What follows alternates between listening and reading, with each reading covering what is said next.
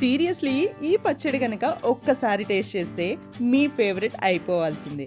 వేడివేడి అన్నంలో చుక్క నెయ్యి వేసుకొని ఈ పచ్చడి కనుక కలుపుకొని తింటే అబ్బా! అద్దిరిపోతుంది. దీనితో చేశారా అని అనాల్సిందే. అంత బావుంటుంది. అవునండి, మీరు అనుకున్నదే రాడిష్ రోటి పచ్చడి. ముందుగా ఒక కడాయిలో కొంచెం ఆయిల్ వేసి మినపగుళ్ళు, పల్లీలు, శనగపప్పు, ధనియాలు, జీలకర్ర, వెల్లుల్లి, ఎండుమిరపకాయలు ఇవన్నీ దోరగా వేయించుకొని పక్కకు తీసుకోవాలి. తర్వాత అదే కడాయిలో 2 స్పూన్స్ ఆయిల్, తరిగిన ఉల్లిపాయలు, రాడిష్, పసుపు, ఉప్పు వేసుకొని కలుపుకోవాలి. ఆ తర్వాత నిమ్మకాయ సైజ్ అంత చింతపండు, కరివేపాకు, కొత్తిమీర వేసి మూత పెట్టుకోవాలి. ఒక 5 నిమిషాలు మగ్గాక ముక్క మెత్తబడింది అన్నప్పుడు పక్కకు తీసుకొని పెట్టుకోవాలి. వేయించుకున్న దినుసులు ఇంకా ముక్కలు ఒకదాని తర్వాత ఒకటి దంచుకొని ఆ తర్వాత రెండింటినీ కలిపి రుబ్బుకోవాలి.